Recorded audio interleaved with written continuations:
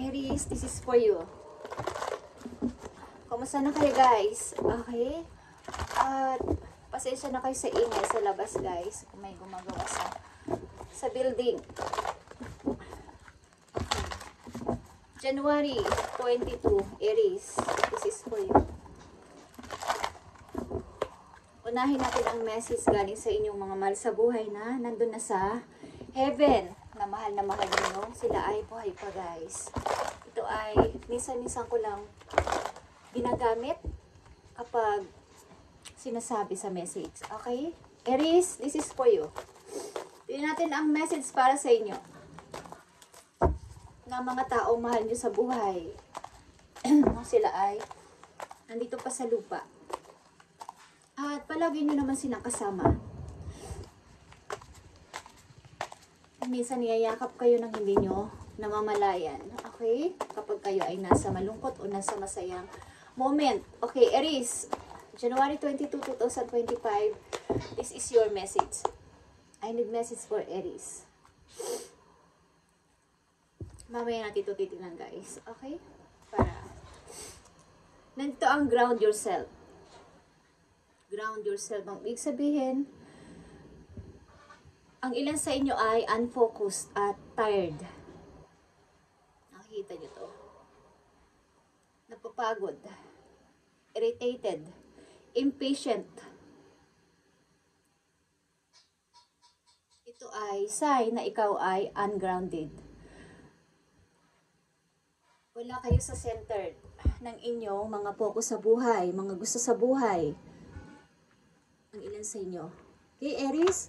Napakahalagang message nito para sa inyo. At kayo ay, ilan sa inyo ay napapagod. Something napapagod, nai-irritate, at saka nadidistract sa paligid sa mga taong involved sa buhay ninyo. Okay, January 22, 2025, Aries, unahin natin ang inyong pag-ibig. Tingnan natin. Para sa pag-ibig ng mga Aries, tingnan natin, good or bad man to na, about sa inyong pag-ibig. At ito ay para sa lahat ng Aries. At nakatakda itong ibigay na message sa mga taong gustong bigyan ng message ngayong January 22, 2025. Okay, maring nangyari na sa inyo o nangyayari na o mangyayari pa lang. So, maging aware kayo sa inyong situation, Aries. Nandito ang open your eyes. If someone shows you who they are, believe them the first time. Something sa pag-ibig is maaring may nagpapahiwatig sa inyo ng pag-ibig, bagong tao na lumalapit sa inyo is, kumbaga, wala man kayong tiwala at nawala na kayo ng tiwala sa pag-ibig is, paniwalaan nyo muna siya sa umpisa bago nyo husgahan. Huwag nyo agad siyang i-judge sa kanyang mga galaw, sa kanyang pananalita, at sa kanyang mga sinasabi sa inyo na baka lukuhin mo lang ako o baka nagsisinungaling ka. Bigyan nyo muna ng chance ang tao na to na ipakita sa inyo ang totoo niyang ugali. Meron kasing tao na tumitingin sa how to magsalita. Kapag medyo masungit, masungit ang tao na to. Pero ang totoo guys, as sa reality, is ang mga taong matatapang, ang taong mga kala nyo suplado is sila yung mababait na tao. Okay? Mas nakakatakot yung tahimik. Hindi nyo alam ang nasa isip ng mga tao na yon. At may mga tinatago silang sikreto. Okay? Isa pang message sa'yo sa pag-ibig, Aries. Huwag nyo munang husgahan itong tao na to na maaaring lumalapit sa inyo. Andito ang redirect your thoughts, Aries. Focus on what you want to attract in this relationship, not on what you fear will happen. Okay, yeah. Kayo talaga ay takot sa mga taong bago na lumalapit sa inyo, sa mga Aries na nandito sa reading. Kaya nandito ang ground yourself. Ground yourself. Ibig sabihin, doon kayo mag-focus sa relasyon na gusto ninyo. Huwag yung sasabihin agad ninyo na baka lokohin ako ng tao na to o baka hindi totoo ang pinapakita sa akin ng tao na to. doon muna kayo mag-focus sa, baga, kung naghahanap kayo ng pag-ibig is, yun na muna. Kung ano yung ngayon, kung ano yung nandyan, yun muna. Huwag na yung hindi pa nangyayari. Huwag nyo muna yung pagtuunan ng pansin, yung hindi pa nangyayari. Kung ano yung nasa present nyo, yun muna ang inyong bigyan ng atensyon. Yun ang ibig ko sabihin. Okay, Aries. January 22, 2025 para sa mga Aries. Tingnan natin ang 4 na message po yun. Maaaring nangyayari sa inyo sa kasalukuyan. Tingnan natin na nakakonect dito sa inyong buhay pag-ibig na rin. Ang mga Aries na nandito sa reading ay takot magmahal, takot magtiwala, at madaling mangmusga sa mga taong bagong kakilala nila na pag napapansin nilang medyo para silang hindi familiar sa ugali na yun is nanguhusga ka agad. Okay, Aries, tingnan natin ang 4 na message po yun. May kaugnayan sa iyong pag-ibig, sa buhay mo at sa iyong situation, sa iyong kapirahan na rin. Okay, I need 4 message dito for you. Nakikita niyo yung Ace of Cups. Bagong tao talaga o bagong pag-asa is dumarating sa'yo o darating. But, nagda-doubt ka. Siguro may hinihintay ka pa.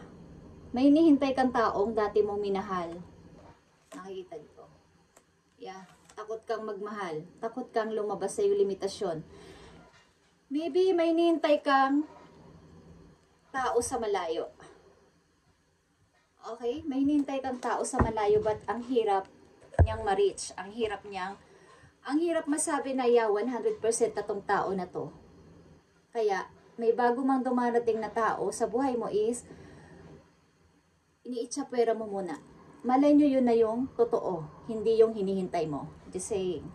Aries, nakikita nyo tong 2 of Wands siya guys. Mayroon kayong hinihintay sa malayo o mayroon kayong gustong puntahan sa malayo. Between 2 person o 2 situation, sigurado na ako sa person na to.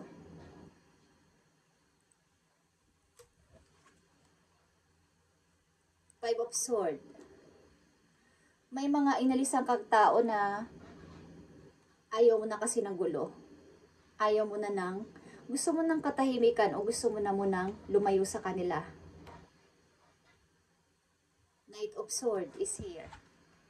And Queen of Swords. Puro ito about sa inyong decision at sa inyong pagsasalita.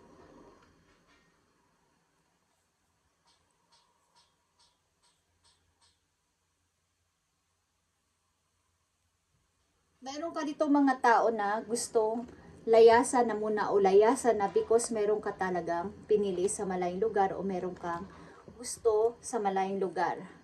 Medyo malayo ito sa'yo.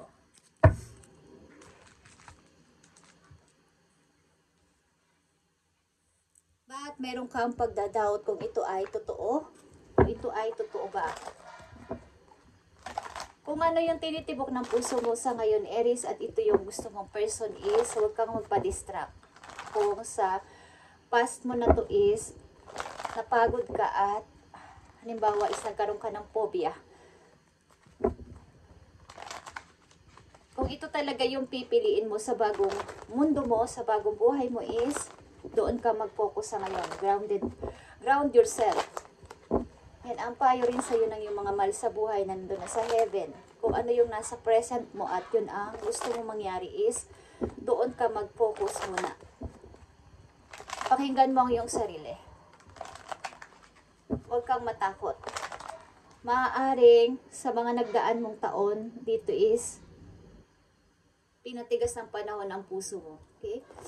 Sa mga nangyari. Message for Aries, January 22, 2025. January 22, 2025.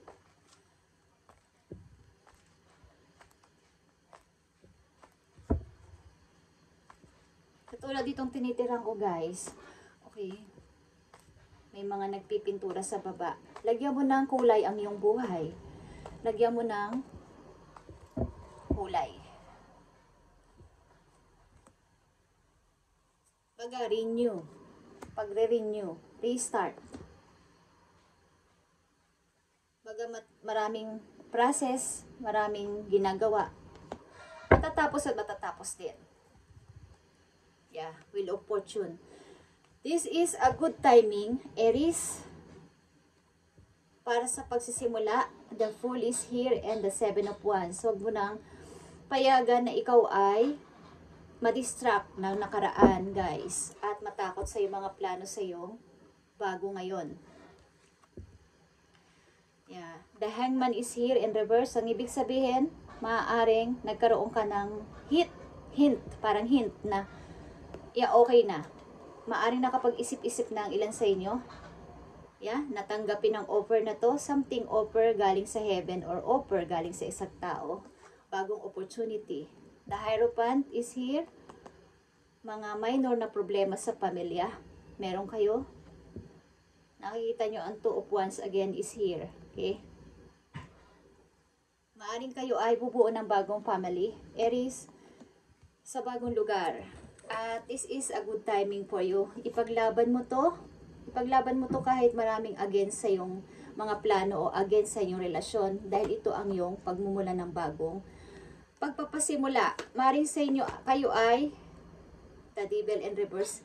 Kayo ay maaaring aalis o lilisan sa isang sitwasyon o sa isang pamilya na nagpahirap sa inyo ng todo. Ito ay kasal, maybe kasal. Okay? Maaring kayo ay lilisan dito. Maaring kayo ay mayroong pipiliin sa malayong lugar, guys. Okay? Lumalabas dito ang about sa inyong pag-ibig. Dahil ang mga Aries na nandito ay maaaring may taong bagong pinili sa buhay. At medyo may pagdadoubt. Maaring may mga nanguusga sa inyo sa inyong bagong piniling tao o sa bago ninyong buhay. But ipaglaban ninyo ang inyong karapatan at pananaw sa buhay na ito ako ngayon. So wag niyo akong pakialaman. Ipaglaban ninyo ang inyong pananaw kahit kayo ay mag-isa lang, Aries. Tingnan natin ang message pa po yun.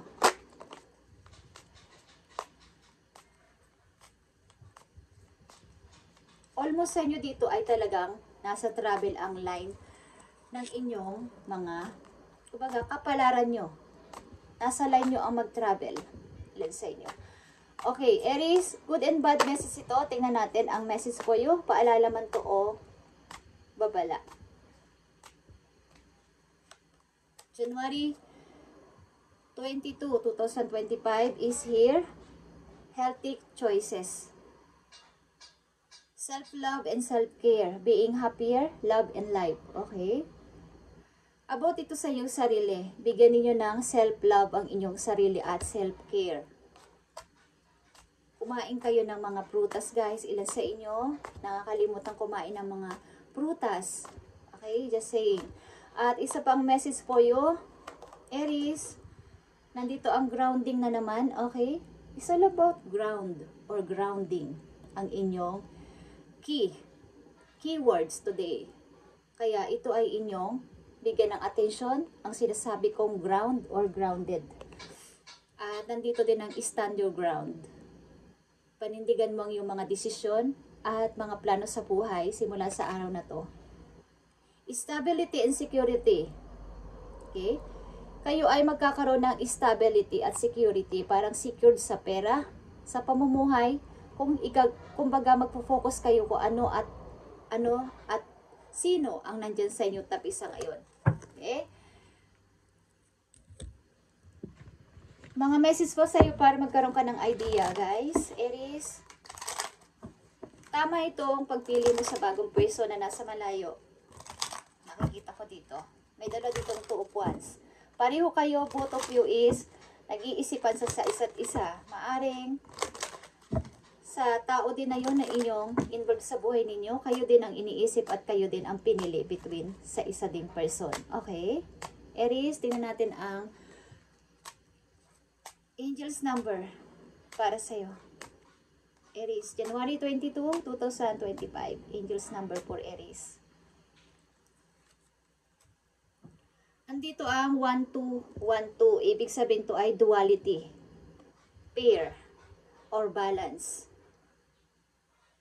Within your shadow of dark and beams of light, the divine is reminding you to embrace the duality that is your individual spark. The spark is being ignited and is ready to illuminate the path ahead. Okay?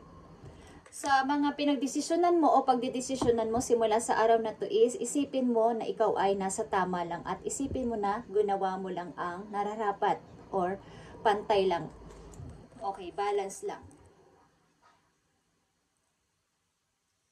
Inaalaw mo na ikaw ay mag-change. Okay? I fully embrace who I am and allow change where it is needed. I trust the duality within me. Yan ang patunayan mo sa lahat na, o patunayan mo sa sarili mo na kaya mo. Kaya mo ang iyong pinagdesisyonan at ito yon. Ang piliin ang tao na mahal mo. At kahit tutol pa ang marami o maraming against sa inyong pagmamahalan, sapagkat mayroon kang pinagdesisyonan is, bayaan mo sila at buhay mo yan. Karapatan mong mabago, karapatan mong magbago, karapatan mong baguhin ang iyong buhay papunta sa future. Okay, Aries? Kung anong nasa isip niyo sa ngayon, ito man ay inyong pinapangarap, minamanifest, or pinapag-pray. Tingnan natin ang message para sa inyo, guys.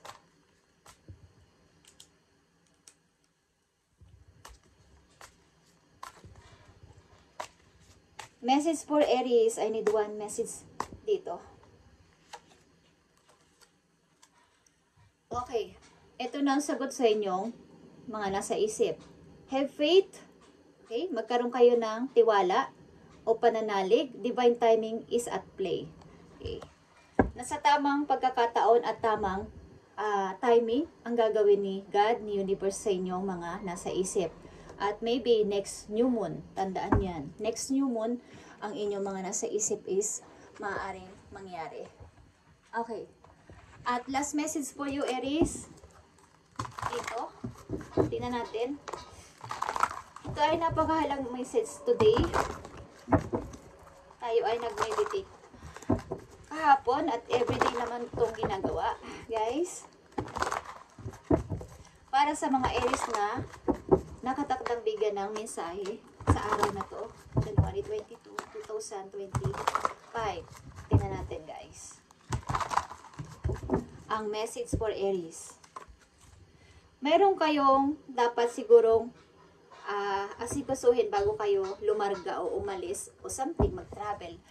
Bago kayo umalis sa inyong bansa o sa inyong tahanan, may minor na problema sa family na dapat muna ninyong i-clear, sapagkat kayo ay iiba ng landas, iiba ng lugar, iiba ng taong kakasamahin na nakikita ko dito. Guys, so open your eyes. Kung ang isang tao ay kumbaga, huwag nyo muna siyang musgahan. Maaaring iba ang pananaw niya, iba ang kanyang reliyon, iba ang kanyang pananalita, maaaring presko magsalita, something agresibo. Huwag nyo munang musgahan ang tao na to, babae man kayo, lalaki, sapagkat hindi nyo alam ang kanyang nasa puso. Kilalanan nyo muna siya bago nyo husgahan. Okay? Message for Aries. Napakahalagang message na gusto mong ibigay sa mga Aries para magkaroon sila ng guide. January 22, 2025. Nakikita nyo yung 2 Michael. 2 of Michael is 2 of sword. Nagdadalawang isip kayo kung sino. Sino ba sa kanila? Sino ba sa kanila? Wala ba ako masasaktan kapag pinili ko yung isa? Okay. It will all the better if you just make a decision over analyzing a problem. Find compromise. Yeah, guys. Aries, mag-isipan mo mabuti itong pagdidesisyon mo na to sapagkat ito ay papunta sa maganda mo future. At huwag kang mag-doubt sa iyong isip, sa iyong puso. Tanungin mo si God kung ano ang dapat mong pagdesisyonan dito. At nandito din ang duality. Kung ano yung pinagdesisyonan mo, ginawa mo lang naman para sa iyong sarili, para sa pagbabago. At alam yan ni Lord, alam yan ni Universe. Huwag kang mag-guilty. Okay? Sapagkat nandito ang The Chariot. Ibig sabihin, pagpunta sa ibang lugar, pag-change ng mga tao sa paligid, at pagpili talaga. Okay? The Chariot is your victory. Victorious. Determination and self-control, Aries, career advancement, acknowledgement of success by others. Okay. At ito ang napakahalagang message para sa inyo. Ito ay about sa inyong intuitive. Okay? Intuition. Kumbaga, inner voice. Ito ay, nandito ang pangatlong mata. Third eye ito. Okay? Ibig sabihin nito, intuition is the language of the soul. We are all born at we with profound and sense of inner knowing. Intuition is one of the greatest gift we possess, which keeps us connected to our highest selves and universe and to our divine spirit. Lahat tayo ay mayroong third eye. Okay? Ibig sabihin, yung iba hindi aware, yung iba na open, yung iba ayaw nila, yung iba hindi binigyan ng ganitong gift. Okay? So, lahat tayo ay maganitong gift galing kay God na, kumbaga yung ating higher self, okay, intuition, yung dumidikta sa atin kapag tayo ay nag-iisip ng good and bad. Yun ay ating inner voice. So, pakinggan mo mabuti ang iyong puso at isip. Magtanong ka kay God kung ano talaga ang dapat mong gawin dito para pagdesisyon ka. Sapagkat nakikita ko dito is patungo ka sa tagumpay. Aries, kung pipiliin mo tong tao na to na nasa puso mo at nasa isip. Okay? Ibalabalansin mo to. At patungo ka sa napakagandang pagbabago sa buhay, pagamat maraming may ayaw o maraming nang uusga sa'yo is the best na unahin mo ang sarili mo this time. Okay, Aries? Thank you and God bless sa mga Aries na nandito sa reading at pagpalain kayo ni God sa inyong mga gagawin at paplanuhin at huwag kayong matakot magdesisyon patungo to sa iyong pagbabago. Okay? Thank you and God bless, Aries.